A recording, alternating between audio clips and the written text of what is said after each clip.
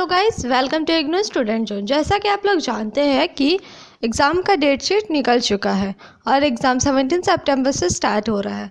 तो उसके लिए ज़्यादा टाइम नहीं बचा है कि आप लोग सारे क्वेश्चन सारे टॉपिक्स अच्छी तरह से रिवाइज कर सकें। इसलिए मैं आपको कुछ इंपॉर्टेंट क्वेश्चंस देने वाली हूँ जिसकी मदद से आप इजीली अपने एग्ज़ाम्स की तैयारी कर सकते हैं। और इंपॉर्टेंट क्वेश्चंस है तो जाहिर सी बात है कि आपको एग्ज़ाम में बहुत ही ज़्यादा हेल्प मिलेगा ये क्वेश्चंस अगर आप अच्छी तरह से कर लेते हैं तो।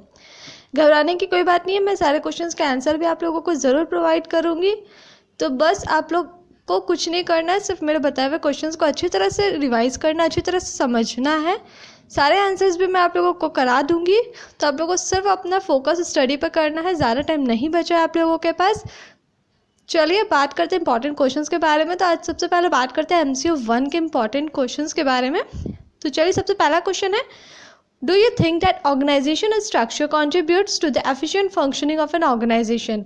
Discuss your example and explain the dimensions of organizational structure. तो इसका मतलब ये है कि आप लोगों को क्या लगता है कि जो ऑर्गेनाइजेशन स्ट्रक्चर्स होता है वो एफिशिएंट फंक्शनिंग में हेल्प करता है, कंट्रीब्यूट करता है कि नहीं ऑर्गेनाइजेशन का। आपको एग्जांपल के साथ एक्सप्लेन करना है और साथ ही साथ ये भी एक्सप्लेन करना है ऑर्गेनाइजेशन का जो स्ट्रक्चर होता है उसके क्या क्या डायमेंशंस होते हैं। नेक्स्ट है सेकंड का ए है, describe the traditionals and new approaches of organizational behaviour. तो आप लोगों को ऑर्गेनाइजेशनल बिहेवियर का अप्रोचेस बताना है, ट्रेडिशनल भी और मॉडर्न भी। ठीक है, मॉडर्न मीन्स न्यू अप्रोचेस जो है वो भी आप लोगों को एक्सप्लेन करना है। फिर नेक्स्ट है, explain various measures adopted by an organization for the growth of its individuals, give suitable examples. तो आप लोगों को मेजर्स बताने हैं जो कि कोई ऑर्गेनाइजेशन के द्वारा लिया जाता है किसी भी इंडिविजुअल के ग्रोथ के लिए। एग्जाम्पल के साथ आपको अच्छी तरह से इसे एक्सप्लेन करना है। नेक्स्ट है, distinguish between Maslow's need hierarchy and Herzberg's 2 factors theory of motivation. तो आप लोगों को इसका डिस्टिंग्विश करना है। ध्यान रहिएगा, बेसिस ऑफ डिस्टिंक्शन ज़रूर लिखिएगा डिफरेंस में, उसके बाद फिर आप लोग पॉइंट वाइज इसको डिफ्रेंशिएट करिएगा। नेक्स्ट क्वेश्चन है, How do attributes influence the behavior of individuals in an organization? Substantiate your answer with the help of an example. तो आप लोगों को बताना है कि कोई भी इंडिविजुअल का बिहेवियर कैसे इन्फ्लुएंस करता है, एट्रीब्यूट्स जो है वो कैसे इन्फ्लुएंस करता है कोई भी इंडिविजुअल का बिहेवियर को किसी भी ऑर्गेनाइजेशन में। ये आपको एग्जाम्पल के साथ ही एक्सप्लेन करना है। आप कोशिश कीजिएगा कि जितने भी क्वेश्चन हो बेसिकली आप सारे क्वेश्चन को एग्जाम्पल के साथ ही एक्सप्लेन करें। नेक्स्ट है, describe the process of changes in attitude through persuasion. तो आप लोगों को एटीट्यूड पे क्या क्या चेंजेस के जो प्रोसेस होते हैं उसको आप लोगों को एक्सप्लेन करना है। नेक्स्ट है 5 number, describe the stages of development of groups in an organization. तो आप लोगों को बताना है कि ऑर्गेनाइजेशन का जो डेवलपमेंट का स्टेज होता है, ग्रुप का जो डेवलपमेंट का जो स्टेज होता है उसके बारे में अच्छी तरह से डिस्क्राइब करना है, स्टेजेस बताने हैं आप लोगों को। नेक्स्ट है, discuss the factor that influence the level of cohesiveness of group. तो आप लोगों को बताना है कि कौन सा ऐसा फैक्टर्स है, जितने भी फैक्टर्स होते हैं वो जो कि इन्फ्लुएंस करते हैं लेवल ऑफ कोहेसिवनेस किसी भी ग्रुप का। फिर है, identify the features of stress in organization, describe various intra organizational factors influencing stress, how do organizational management technique help in dealing with the organizational stress.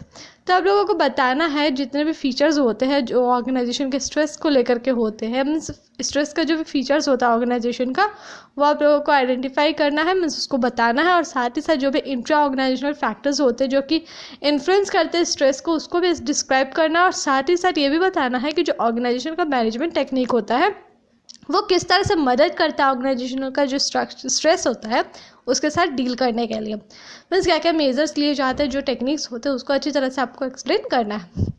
Next है 7 number, describe the factors influencing organizational culture. तो आप लोगों को ऐसा factors बताना है जो कि इन्फ्लुएंस करता है ऑर्गेनाइजेशन के कल्चर को। नेक्स्ट है, how can you develop an ideal organizational culture in the organization, discuss with example.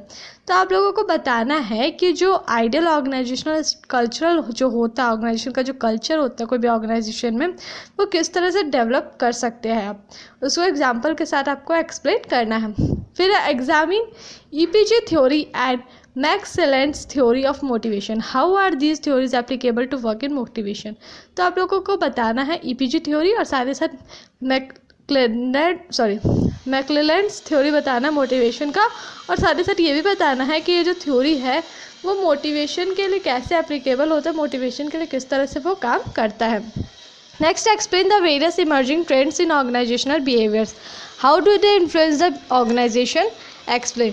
तो आप लोगों को बताना है कि जो वेरियस जो ट्रेंड्स होते हैं, जो इमर्जिंग ट्रेंड्स होते हैं, जो नए नए जो बाधाएं आती है ऑर्गेनाइजेशन में, उसको कैसे मतलब इन्फ्लुएंस किया जाता, ऑर्गेनाइजेशन जो है वो कैसे उसको इन्फ्लुएंस करता है, और साथ ही साथ क्या क्या इमर्जिंग ट्रेंड्स होते हैं ऑर्गेनाइजेशन के बिहेवियर में, आपको अच्छी तरह से इसे एक्सप्लेन करना है। नेक्स्ट है describe various factors influencing the job design in an organization. तो बहुत सारे जो फैक्टर्स जो इन्फ्लुएंस करते हैं जॉब डिज़ाइन को किसी भी ऑर्गेनाइजेशन के बारे में, वो एक्सप्लेन करना है। नेक्स्ट है explain the various models of job design. तो जॉब डिज़ाइन के जो मॉडल्स जो है उसको आप लोगों को डिस्क्राइब करना है। नेक्स्ट 11 नंबर है do you think rapid changes in an economic environment have created impact on modern organization? Discuss these changes and explain the salient features of modern theory.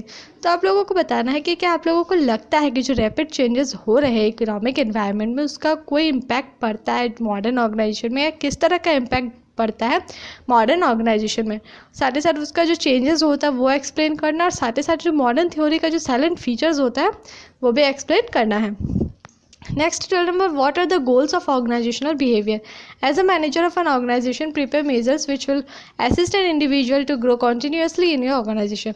तो बताना है कि क्या क्या गोल्स होते हैं ऑर्गेनाइजेशनल बिहेवियर के, और ये भी बताना है कि एक मैनेजर के तौर पे कोई भी ऑर्गेनाइजेशन का आप क्या मेजर्स लेते हैं जो कि एक असिस्ट करता है किसी भी इंडिविजुअल को कि वो ऑर्गेनाइजेशन में कंटिन्यूसली ग्रो करते रहे। Next 13 number, describe various levels of conflict in an organization, analyse the impact of conflict with suitable example, also explain various resolution strategies to deal with this conflicts. तो आप लोगों को बताना है कि जितने मतलब जो लेवल्स होते हैं कॉन्फ्लिक्ट्स के ऑर्गेनाइजेशन में, उसके क्या क्या लेवल्स है वो एक्सप्लेन करना है। साथ ही साथ जो कॉन्फ्लिक्ट का जो इम्पैक्ट पड़ता है उसको आपको एनालाइज करना है एग्जाम्पल के साथ, और ये भी बताना है कि कैसे जो रिजोल्यूशन स्ट्रैटेजीज है वो डील करता है इस कॉन्फ्लिक्ट से, उसके बारे में भी एक्सप्लेन करना है। नेक्स्ट है explain the factors which influence the group formation. तो फैक्टर्स के बारे में बताना है जो कि इन्फ्लुएंस करता है किसी भी ग्रुप के फॉर्मेशन को। Describe various types of formal and informal groups. तो आप लोगों को फॉर्मल और इनफॉर्मल ग्रुप्स के बारे में बताना है कितने टाइप्स के होते हैं। साथ में आप लोगों को ध्यान रखिएगा थोड़ा सा डेफिनेशन टाइप में भी आंसर दे दीजिएगा। नेक्स्ट है 15 number, discuss the contribution of new classical theory of organization. Do you think that the new classical theory is an improved version of the classical theory, explain with example. तो आप लोगों को बताना है कि जो न्यू क्लासिकल थ्योरी होता है ऑर्गेनाइजेशन का वो किस तरह से कंट्रीब्यूट करता है, उसका कंट्रीब्यूशन क्या है, उसको अच्छी तरह से एक्सप्लेन करना है। और ये भी बताना है कि आपको क्या लगता है कि जो न्यू क्लासिकल थ्योरी है वो क्लासिकल थ्योरी का एक इम्प्रूव वर्जन है कि नहीं है, आपको एग्जाम्पल के साथ अच्छी तरह से एक्सप्लेन करना है। नेक्स्ट 16 नंबर है what are the objectives of organizational development, explain the organizational development process with example. तो आप लोगों को बताना है कि ऑर्गेनाइजेशनल डेवलपमेंट का क्या ऑब्जेक्टिव्स होता है, और साथ ही साथ जो ऑर्गेनाइजेशनल डेवलपमेंट प्रोसेस है उसको भी एक्सप्लेन करना है एग्जाम्पल के साथ। नेक्स्ट 17 है explain the dimensions of organizational climate, how can you create favourable organizational climate in an organization, discuss. तो आप लोगों को एक्सप्लेन करना है ऑर्गेनाइजेशनल के क्लाइमेट को कि ऑर्गेनाइजेशन का क्लाइमेट कैसा होता है। साथ ही साथ ये भी बताना है कि आप किस तरह से फेवरेबल ऑर्गेनाइजेशनल क्लाइमेट क्रिएट कर सकते हैं ऑर्गेनाइजेशन में, अच्छी तरह से डिटेल में एक्सप्लेन करना है। नेक्स्ट 18 नंबर है right short notes on the following.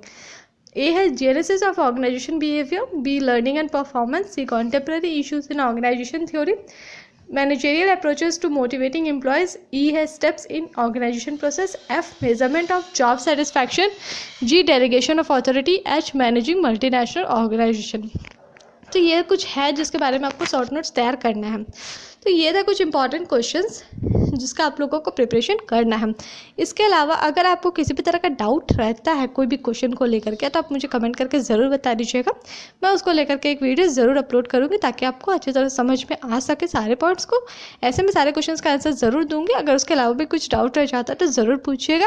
और आपको ये सारे क्वेश्चन के स्क्रीनशॉट लेने की कोई ज़रूरत नहीं है, लिंक मैं आपको लोगों को डिस्क्रिप्शन में दे रही हूँ, तो आप जा करके वो डिस्क्रिप्शन में लिंक जा करके क्लिक कर लीजिएगा, तो आपको सारे क्वेश्चंस वहाँ पे मिल जाएंगे।